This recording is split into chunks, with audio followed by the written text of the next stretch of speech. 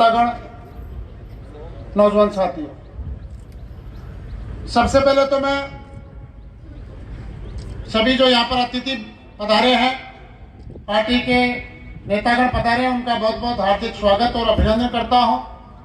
और साथ ही पूरे लोकसभा के क्षेत्रवासियों को इस बात की शुभकामनाएं देता हूं कि जो अभी 1.5-2 महीने में जो पुनीत कार्य होने वाला है, जो आम चुनाव होने वाले हैं देश में, उनके लिए हमारे पार्टी के प्रत्याशी माननीय सुमेरन जी के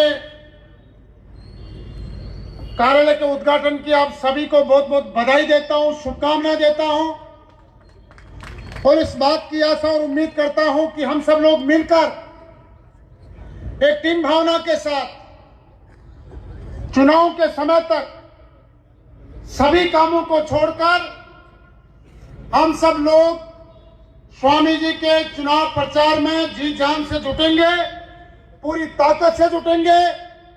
और माननीय अध्यक्ष साहब और पंचारिया जी और चतुर्वेदी जी यहाँ पे बैठे हैं, आपको मैं सभी कार्यकर्ताओं की तरफ से विश्वास दिलाता हूं कि सीकर लोकसभा सीट की जीत राजस्थान के अंदर ऐतिहासिक जीत होगी और एक संदेश यहां से जाएगा कि सीकर के अंदर भारतीय जनता पार्टी की नींव बहुत मजबूत है। पिछले 10 साल के अंदर माननीय स्वामी जी ने जो ऐतिहासिक कार्यों की सौगात दी है, सभी सांसदों ने बहुत अच्छे काम किए, लेकिन मैं हमारे सांसद महोदय की तारीफ में ये बात कहना चाहता हूं, माननीय अध्यक्ष साहब, एक मेडिकल कॉलेज, बहुत शानदार मेडिकल कॉलेज माननीय सांसद महोदय ने हमारे नौजवानों के लिए, भविष्य की पीढ़ी के लिए यहां पे समर्पित किया।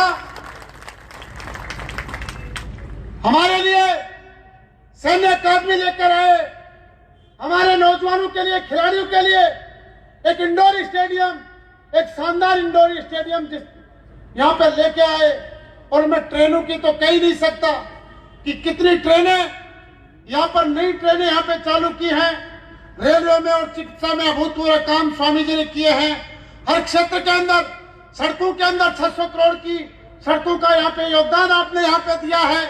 और हर क्षेत्र में जो कल्याणकारी योजनाएं थी, सीकर जिले में, सीकर लोकसभा ने ये सर्वोच्च स्थान पे राजस्थान में यहाँ पे सब लोग लाभार्थी यहाँ पे लाभ लेने के लिए हैं। माननीय मोदी जी ने 2014 के बाद में देश की कमान संभालने के बाद जिस तरीके से इस देश की दशा और दिशा को बदला है, निश्चित रूप से जब तीसरी बार मोदी जी देश के प्रधानमंत्री बनेंगे तो आने वाले 5 साल में जो बाकी बचे हुए काम है वो ऐतिहासिक निर्णय लिए जाएंगे। तो मैं तो इस मंच के माध्यम से सभी मतदाताओं से एक संदेश देना चाहता हूं कि देश के निर्माण के लिए, देश के उज्जवल भविष्य के लिए और हमारी पीढ़ी के उज्जवल भविष्य के लिए सभी आपसे निवेदन है कि सब लोग इस पावन यज्ञ के अंदर अपनी आहुति दें और मोदी जी को 400 से अधिक सीटें देकर, जिसमें से हमारा सीकर से प्रतिनिधित्व जो हो, बड़े मार्जिन से जीत देकर हम प्रतिनिधित्व यहां से भेजे, यही आप लोगों से अपील करना चाहता हूं। पिछले 10 साल के अंदर देश में भ्रष्टाचार नहीं हुआ, भ्रष्टाचार को मिटाने का काम माननीय मोदी जी ने किया और एक पारदर्शी और एक ईमानदारी से जो लोक कल्याणकारी शासन की जो कल्पना की जाती है, जो राम राज्य की कल्पना की जाती है, वो शासन माननीय मोदी जी ने किया। और जो ऐतिहासिक फैसले, चाहे धारा 370 को हटाने का मामला हो, चाहे 500 साल से जो हमारी कई पीढ़ियां गुजर गई, राम मंदिर की निर्माण की बात इंतजार करते करते वो राम मंदिर का सपना माननीय मोदी जी ने देशवासियों के सपने को पूरा करने का काम किया। इसलिए देश में सांस्कृतिक पुनर्जागरण भी हो रहा है।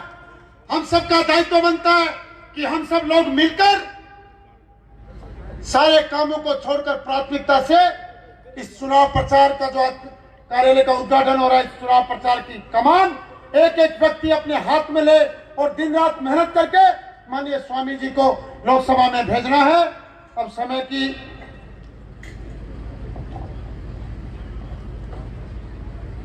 जो इंडोर स्टेडियम का निर्माण किया, इसके साथ साथ ही 8 करोड़ 60 लाख की लागत से सिंथेटिक ट्रैक युवाओं के लिए उसका भी शिलान्यास माननीय स्वामी जी ने अभी 3-4 रोज पहले किया था। तो यह भी हमारे युवाओं के लिए एक बहुत बड़ी सौगात है। मैं आप सबको विश्वास दिलाता हूं कि हम सबके लिए स्वामी जी प्रयत्न करते रहेंगे और सीकर के विकास को एक नई ऊंचाई और नई गति देंगे। यही बात कहता हूं, मैं मेरी बात को खत्म करूंगा। अब हम सब लोग 2 नारे लगाएंगे। अब की बार, फिर एक बार भारत माता की, भारत माता की, भारतीय जनता पार्टी,